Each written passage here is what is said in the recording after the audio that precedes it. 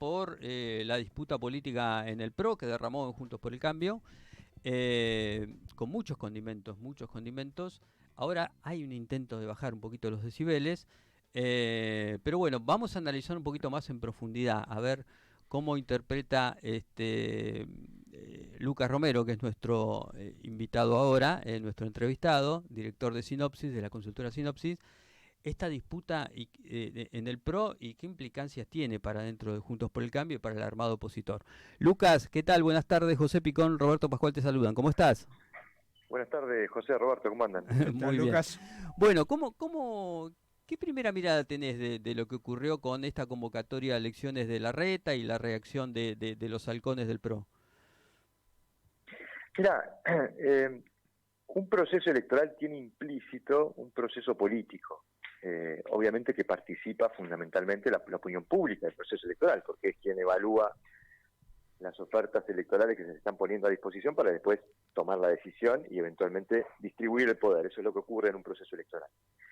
Pero previo, en el proceso de confección de la oferta electoral, hay un proceso político, esencialmente político. Uh-huh. O sea, los actores que protagonizan la política, bueno, pugnan por tener la conformación de la oferta más conveniente a sus intereses políticos. Este proceso es natural y es absolutamente necesario. ¿Es conveniente en este contexto político, social, económico, con la gente muy enojada con la dirigencia política? No. ¿Es conveniente que quede expuesto a cielo abierto este tipo de conflictos? No. Ahora, ¿es necesario y natural que ocurran? Sí. ¿Ocurren habitualmente? Sí. Entonces, dicho eso, yo creo que lo que hubo acá fue una colisión de dos estrategias políticas, de dos actores relevantes de la principal coalición opositora, que es la estrategia política de Horacio Rodríguez Larreta con la estrategia política de Mauricio Macri. Había dos objetivos de ambas estrategias que no podían ser compatibilizados. Macri quería, digamos, prever determinadas condiciones de competitividad en la lucha por la sucesión de la jefatura de gobierno en la ciudad que favorezcan a Jorge Macri, su primo, porque entendía que la sucesión tenía que ir hacia allí. Ese objetivo político de Mauricio Macri colisionó con otro objetivo político, en este caso de Horacio Rodríguez Larreta, que pretendía garantizar condiciones ecuánimes de competencia en la Ciudad de Buenos Aires entre el candidato del PRO con el candidato que está impulsando el radicalismo en la Ciudad de Buenos Aires, que es Martín Lutó, que además es un aliado en la construcción de su estrategia, digamos, presidencial. Sí. O sea, hay dos estrategias con dos objetivos que eran incompatibles. Bueno, se decidió de un modo y eso, en realidad lo que vino a hacer es, me parece, a materializar una fisura, una diferencia que se estaba empezando a gestar dentro de Juntos por el Cambio, y me parece que va a terminar de darle el impulso final a un proceso de confección de dos ofertas electorales dentro de Juntos por el Cambio, que son las que representan Horacio Rodríguez Larreta por un lado y Patricia Bullrich por el otro. Es decir, el episodio, digamos, galvanizó esa diferencia, y, digamos, materializó esa fractura, y me parece que vamos a ver a partir de ahora la confección de dos grandes bloques que van a ir a confrontar internamente para ver quién se impone y quién se queda con la candidatura presidencial. Todo esto, insisto y vuelvo a este punto, para la opinión pública, para la percepción del público en general, puede ser absolutamente inconveniente, porque lo que ven es a políticos que en vez de discutir y ponerse de acuerdo en cómo le van a resolver sus problemas, discuten para ver quién termina ocupando qué lugar. Pero insisto en esto, en remarcarlo, es un proceso natural, necesario, y quizás en otro tiempo, en otro contexto social y económico, son peleas y pugnas que son más digeribles para la opinión pública. En este contexto de tanto enojo, genera más ruido, ¿no? O sea, da la sensación, Lucas, como que este paso lo tenía que dar el PRO de alguna manera, era como inevitable, ¿no? Alguna definición de esas características en medio de la pelea presidencial, era como inevitable esto. Sí, quizás la externalidad, y perdón y completo también con esto porque sí, es importante, la externalidad que nos deja el conflicto es que emerge una discusión también mucho más franca de lo que también se está discutiendo en Juntos por el Cambio, que es el liderazgo. Es decir, ya no es la candidatura presidencial, sino el liderazgo. Es cierto que un candidato a presidente ganador en una interna Juntos por el Cambio va a asumir naturalmente el liderazgo del espacio, porque va a estar legitimado electoralmente, pero en este caso aparece quien era hasta el 2019 el líder del espacio, desafiado por uno de esos protagonistas que quieren ser candidatos a presidente. Entonces hay ahí naturalmente una visión también, bueno, acá se está disputando el liderazgo dentro de Juntos por el Cambio, cosa que iba a ocurrir o necesariamente tenía que ocurrir y bueno, empieza a ocurrir. Lucas, y en este contexto, ¿cómo ves al radicalismo? Si bien no como una fuerza monolítica, porque hay distintas afinidades respecto de los candidatos, ¿vos crees que finalmente van a terminar el radicalismo aliado a uno o a los dos? Depende de los bloques radicales de que uno pueda describir ahí. Bueno, hemos empezado a hablar hace ya bastante tiempo de la posibilidad de que existan fórmulas cruzadas en el Sí. PRO. Bueno, estos dos grandes bloques que yo estoy diciendo se están conformando dentro del Juntos por el Cambio, son bloques cruzados también, ¿no? Claro. Entonces es difícil hablar de un radicalismo.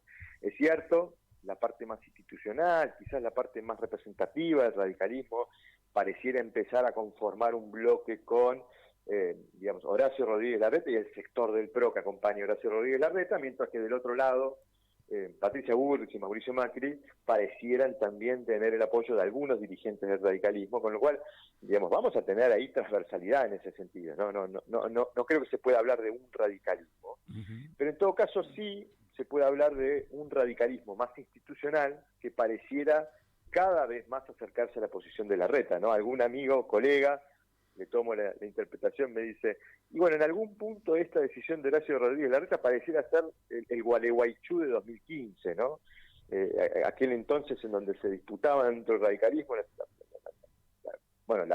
estrategia electoral, es decir, ¿qué va a hacer el radicalismo en esta elección? Sí. Bueno, se impuso aquella decisión de acompañar y conformar Cambiemos en aquel entonces. Bueno, da la sensación que acá pareciera consolidarse esta idea de que el radicalismo más institucional parece encaminarse a abrazar la posibilidad de que Larreta sea quien represente ese espacio dentro de Juntos por el Cambio, y algún sector del radicalismo también irá a acompañar seguramente la propuesta que representen Bullrich y Macri.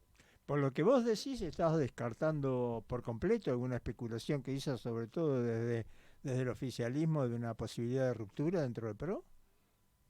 Sí, porque, a ver, yo en esto siempre recomiendo, por lo menos en el ejercicio que hacemos nosotros, es, bueno, analizar la escena desde el punto de vista del sistema de incentivos, ¿no? Independientemente de que hay personas y hay pasiones, uno supone que los actores se mueven en función de los incentivos. Y la verdad es que no hay ningún incentivo para romper Juntos por el Cambio. Entonces, desde ese lugar me paro para decir, la verdad yo no veo riesgo de ruptura de Juntos. ¿Por qué no hay incentivo?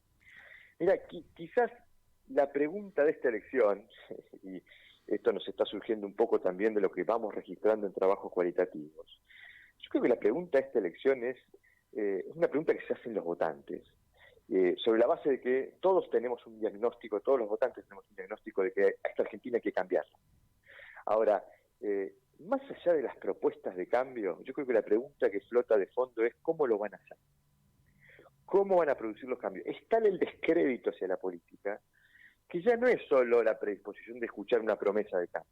No, necesito que me digas cómo lo vas a hacer, porque ya me han dicho que lo van a hacer y no lo hacen. Entonces, ¿cómo lo vas a hacer? Que además incorpora una asunción de que se percibe la complejidad de hacerlo. Es decir, no es fácil hacerlo, entonces contame cómo lo vas a hacer. Y en esto, digo, y vuelvo a lo del incentivo. Pongámonos todos en la piel de cualquiera de esos actores que protagonizan la escena de Juntos por el Cambio. Todos esos actores son conscientes que la escudería que garantiza las mejores condiciones de gobernabilidad, traduzco, las mejores condiciones de hacer lo que estoy proponiendo hacer, es Juntos por el Cambio. Uh-huh. Si yo rompo esa escudería, si yo rompo esa organización, bueno, podré eventualmente ganar una ventaja competitiva para la elección. Ahora, ¿qué hago el 10 de diciembre? Entonces, todos son conscientes de que cualquier cosa, pero todo adentro de Juntos por el Cambio, porque todos van a querer disponer de lo que Juntos por el Cambio ofrece como espacio para instrumentalizar un programa de gobierno a partir del 10 de diciembre. ¿Qué es lo que no tiene Milei? Claro. ¿Qué es lo que no tiene Milei? Que es su punto débil y es el punto que lo alimenta de riesgo a Milei, y que Milei pretende construir. ¿Cómo pretende construir? Bueno, tiene que romper Juntos por el Cambio, lo tiene que fracturar. Uh-huh. Entonces, para fracturarlo, la estrategia es muy clara. Es la señalización hacia Larreta y hacia el radicalismo apuntando a que el sector más halcón de Juntos por el Cambio diga, bueno, se acabó nuestra alianza, nuestra sociedad, me voy con alguien con quien tengo mucha más afinidad o tengo un posicionamiento mucho más cercano en términos respecto de lo que hay que hacer. Eso es lo que ha venido haciendo Milei y ha venido intentando meter esa cuña y en algún punto ha tenido un doble beneficio. El primero es que ha logrado hacer más nítidas las diferencias dentro de Juntos por el Cambio, y la segunda, que es absolutamente inconveniente para el sector halcón de Juntos por el Cambio, es que le ha extraído votantes. Claro. Le ha sustraído votantes, y eso es lo que explica en buena medida el crecimiento de Milei. Está bien, pero con respecto a lo que estás diciendo, a mí me llama la atención que, por un lado, decís que la gente admite la complejidad de la situación actual, y por otro lado, parece crecer la propuesta absolutamente simple, digamos, del lado de Milei. Eso parecería ser una contradicción, ¿o no lo es? Sí, no, es cierto, está bien el punto, pero es una contradicción entre un abordaje desde el análisis y el abordaje que puede hacer el ciudadano común. Probablemente en el análisis que hace el ciudadano común respecto de cuál va a ser su decisión en términos del voto, no incorpora esto. Lo estoy incorporando yo como análisis y se lo traslado a los actores políticos que hacen este análisis. No a la gente común. La gente común probablemente no se ponga a analizar, bueno, a ver cuántos diputados o senadores va a tener este o aquel, y en función de eso, entonces decido. La gente ve a los candidatos, los escucha, y probablemente lo que hoy esté capitalizando mucho Milei es este discurso de que, bueno, él está señalando a todos los protagonistas de la política que vienen fracasando en resolverle los problemas a la gente, digamos, su enunciación de su propuesta política es una enunciación que tiene implícita, digamos, una determinada determinación, un determinado enojo y una determinada predisposición a enfrentar con firmeza las cosas que hay que enfrentar para cambiar. Digo, todos esos atributos, que son atributos de fuerza, obviamente hoy están siendo atributos valiosos en la disputa electoral, por este contexto de que la gente observa la dificultad de cómo se van a resolver los problemas de la Argentina con lo difícil que parecen resolverlos. Entonces, no hay, o sea, sí es contradicción, pero si no contemplamos que un abordaje desde el análisis y el otro abordaje es el abordaje que hace la opinión pública o la gente, el ciudadano a pie, que no tiene esa complejidad en el análisis respecto de, bueno, qué condiciones de gobernabilidad va a tener el presidente el 10 de diciembre que sea electo. Lucas, ese mismo incentivo que vos ves en Juntos por el Cambio o en el PRO para no romperse, ¿lo ves en el Frente de Todos también? Que hay un incentivo de mantenerse unidos como para intentar ser competitivos de alguna manera, aunque afronte un escenario muy, muy complejo electoralmente en principio. Sí, absolutamente. Sí. Yo creo que en buena medida hay dos factores que están explicando por qué el sistema no se termina de romper. Yo en redes utilizo un meme de un dique de contención de agua que parece que va a estar por ser desbordado, y detrás de ese dique hay una pradera hermosa y una ciudad que pudiera ser inundada con el agua. Bueno, hoy ese dique de contención son las PASO.